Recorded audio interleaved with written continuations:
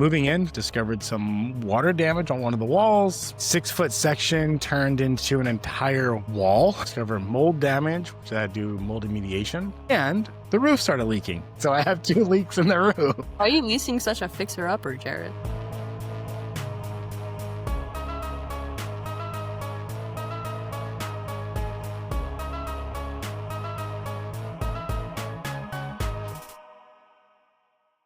Good morning, good afternoon, good evening, wherever you may be in this beautiful world we call Earth. Welcome to the Species Canine podcast. As always, I am Jared, and with me is the fabulous Taylor. How are you today, ma'am? I'm great. I'm no longer sick.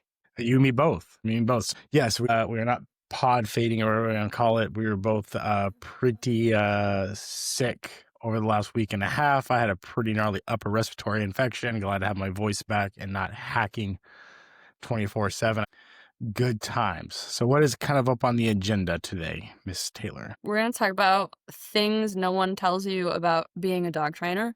So like the hidden issues that you run into that nobody really thinks about or talks about. Some of them I think is probably more like owning a business, but Yeah. there's definitely some things being a dog trainer that you run into specifically. Absolutely. Absolutely. So I have leased a space. I've talked about this before, and you're probably calling bullshit on that because I am still broadcasting from my home office with my treadmill. So moving in, started painting, started doing everything, discovered some water damage on one of the walls. Hey, property management, come fix this. A 6-foot section turned into an entire wall, including 2 rooms, removing cabinets and a sink to discover mold damage, which I had to do mold remediation, which now has turned into an entire wall from floor to ceiling, which is now turning into an 𝐟𝐸𝐫 duct cleaning as well, because they left the mold exposed to the environment after not sealing it like they should have. So yes, this has been very, very fun. And the roof started leaking because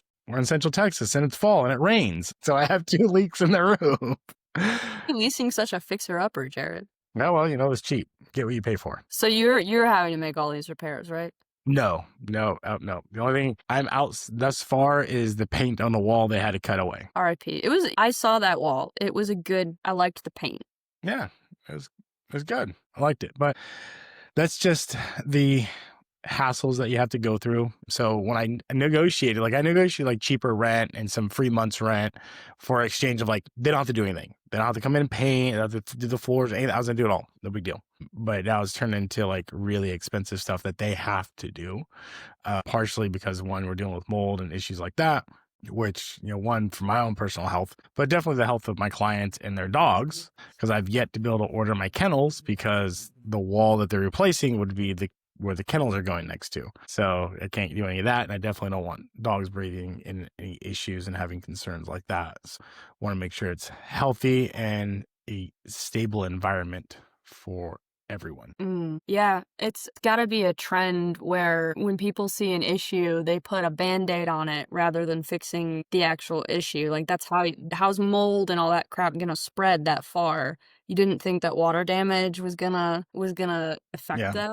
Well, a big part of it is kind of the onus on the property management because they're not inspecting their spaces. You can actually see when they tore the wall apart that there was a layer of vinyl over a layer of drywall that was put over damaged drywall. So it just sealed all that in there. The insulation, and Taylor will pop some pictures in here of this, but the insulation inside the wall was originally yellow. It is now black and gray. Nice. Which is disgusting. And that was a conversation I had with property management today about like, look, you guys, if you want to do it, just only half of it, let me know. It's fine. Give me my deposit back in my first month and I'm gone. I'll go find somewhere else. But you want to do this right, let's do the whole wall. Just don't half-ass this job, right? It's, definitely put me behind on things because the space is also being affected. I can't do my group classes because a third of it is walled off with plastic right now with air scrubbers and things going. I've had to cancel some appointments and move things around because construction going on. So I've really just like relegated myself to about 120 square feet of the front area to do my trainings with my current clients. Because like I asked her, I said, if this was in your wall at your house, would you leave it? Yeah. And no one in their right mind is going, oh yeah, Jared, I'll leave this smelly ass shit in my wall. Yeah, sure. No, come on now. Of course not. Beyond like the general challenges that a small business owner would face. What things have you found are specific to the dog training industry, like challenges that you didn't think that you would run into going into it? Just going to places and like, no, we don't want that kind of business here. Like, if I was a vet, would you be saying that to me? Because every vet's office I've been to stinks. Mhm.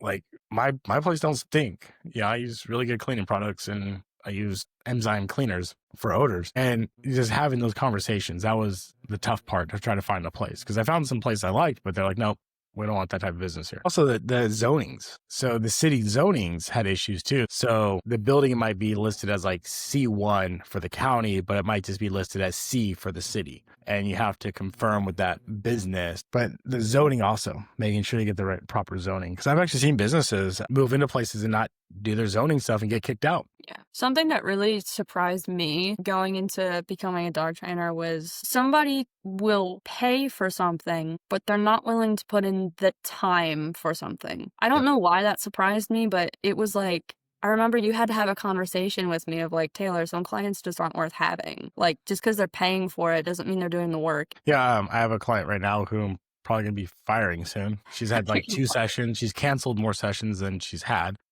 Yeah. And she's like, oh, my dog should be further along. You've had 2 sessions, lady. Like, and you won't follow the command structure, so your dog is constantly confused. You're trying to run before you walk. Yeah, it's crazy how sometimes the second people even find out that there's work involved. I had a client on a consultation I did last week ask me, like, how long does it take? And then she kind of stopped and she was like, well, it probably depends on the dog, doesn't it? And I was like, yes, but I've found more so it depends on the person, because there's people that really care and they really make time, and there's people that I didn't have any time to train this week, you know? And we're Yep. doing the same thing over and over. Well, it's funny. I have clients, I'm working with them. We're doing the training and they're like, wow, she really responds really well with you. And I'm like, yeah, because I'm following the command structure and I'm going slow. And the handler will start doing it, the owner will start doing some training, and they're not saying the dog's name, or they're saying the dog's name and the command way too close together. It's way too fast. The dog's confused and it doesn't know what to do.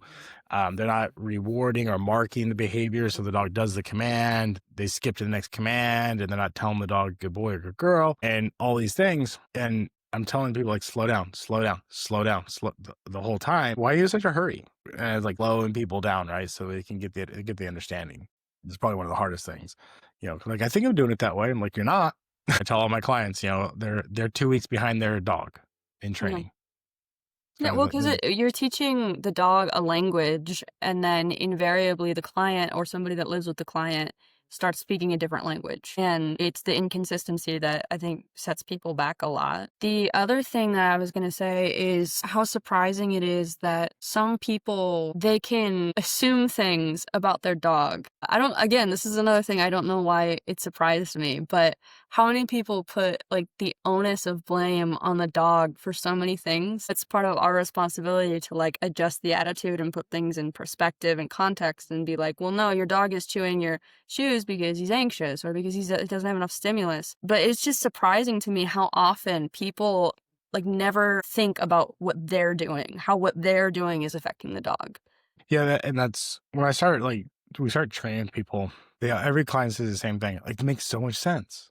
Yeah. It makes so much sense. Like, when your dog's self-advocating, oh yeah, it makes so much sense. When you start explaining to them in a way they understand, to start going through those things. But the biggest part of the training process, and I tell clients all the time, is to build that trust between you and your dog.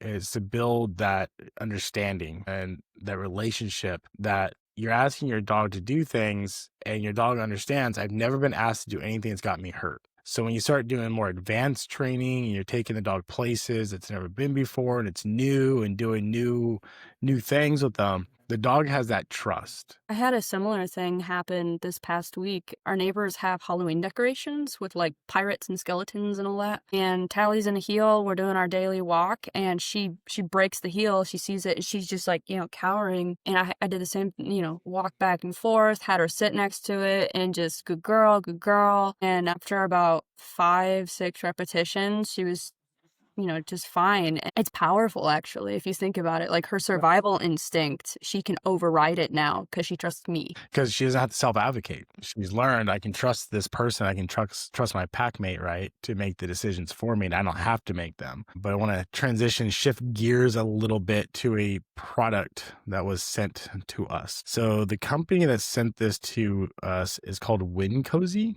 And we'll drop a link in the show notes and everything about this company and what they're doing. So no, our motto kind of is like train smart, right? We always end the podcast with that. They came up with this interesting product. It's a new collar, and it's supposed to be to prevent pulling. So the idea is that when the dog pulls, this tightens around the dog and it causes kind of a pinching sensation. Now, for what we do here at Species, this wouldn't work for us. So we use prong collars or star mark collars, and we do like little leash pumps and things. This is not reactive enough for leash pumps. It's not sensitive enough. Now, if they fix that, it's a lot more reactive and a lot simpler and smoother to pump in on those things. Potentially would work. I think it'd be a little less adversive than a star mark collar because it doesn't have the star mark teeth, and could work if they perfected it. Now, this is like a prototype they sent me. It's not their production model, whatever. This is a little prototype. So they're still working on it, but they asked me to kind of review it and take a look at it and see these things.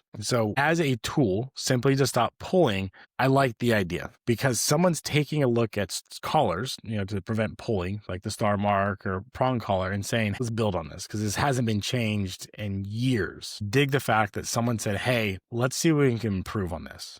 And that's cool. That's really, really cool to me. For the fact of stop pulling, I think it would work well. But again, it's a purely positive punishment motive here, where the dog pulls, they get a positive punishment, and hopefully they stop pulling. I could see with some bigger dogs and some harder dogs that this is not going to phase them. They're going to pull right through this and probably break it without proper training and teaching them what's expected on a leash, like we do with leash manners, and teaching the dog staying close is a good thing. Walking away is not so good. But I promised that I would do a review. I've been lagging because I was sick and everything else going on. But the team over at Wincozy, again, thanks for the opportunity to review this. I hope this gets perfected for y'all and it works well. But yeah, it's an idea, and I dig that. Someone's thinking outside the box and thinking, hey, how can we improve this? Do those links pull apart? Like, can you make the collar smaller or No, longer? they're fixed. Yeah, They're they have fixed. little pivot points you can see. That would be a potential pro in my book. Like, I don't see this collar snapping in the same way a prong collar might.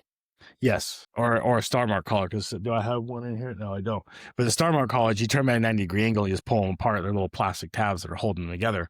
I tell clients all the time, for bigger dogs, make sure you have a safety leash on your dog, because if they hit the end of this thing hard enough, it's going to come apart and your dog's gone. So I dig that, but I wish it was smoother, a lot smoother. If they could get it to where it's opening, closing a lot smoother, a lot cleaner. I can see a lot more potential with it, especially if you could be able to do just a little finger pump and this thing would react. Can I say one critique? Yeah. Looking at their website, which is all about this prototype, I don't love how they paint the prong collar, because they say a lot of things that, well, the prong collar is severely at risk of injuring the dog's throat, and we're not going to injure the dog's throat. It just says a bunch of different things, and it says this isn't really like punishment, it's more gentle communication. I would disagree with how they're painting the prong collar there. I think it's not accurate. The prong collar was actually invented to stop dogs' throats from getting hurt. Yes, by a German veterinarian. So, not to say that the product itself is trash or anything. I don't love how they're trying to make themselves seem so much different. Yeah, and that's their selling point, right? They're trying to sell it, right? Sure.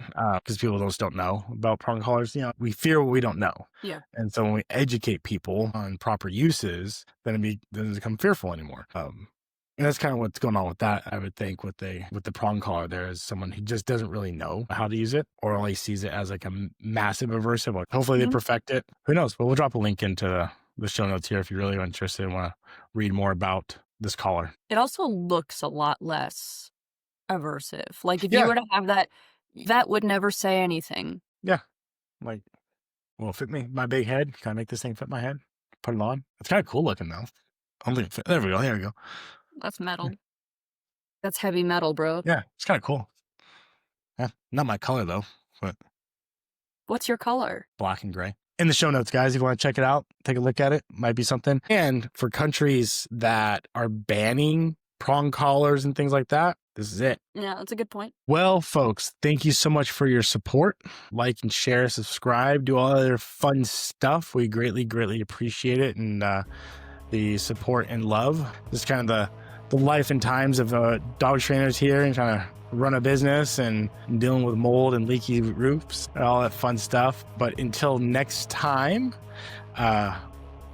train smart.